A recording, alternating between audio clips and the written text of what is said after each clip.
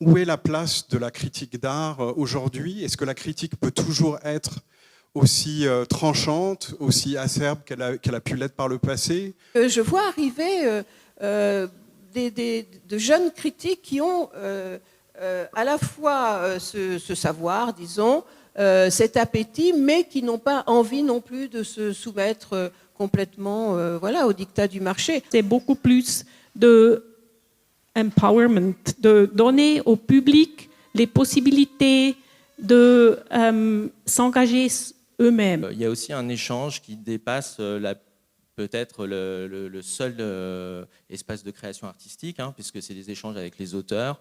Voilà, c'est un travail un peu hybride. Je pense que ce serait intéressant d'avoir votre avis sur ce que c'est vraiment pour vous le magazine féminin.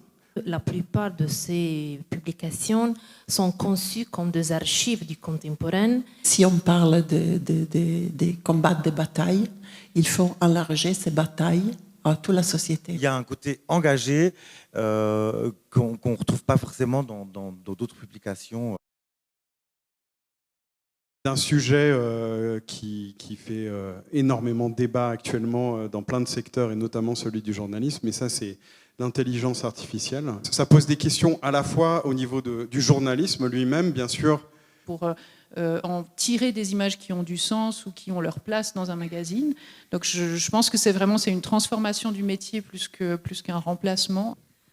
Je pense que comme journaliste, ce qui nous est demandé, c'est d'avoir une opinion.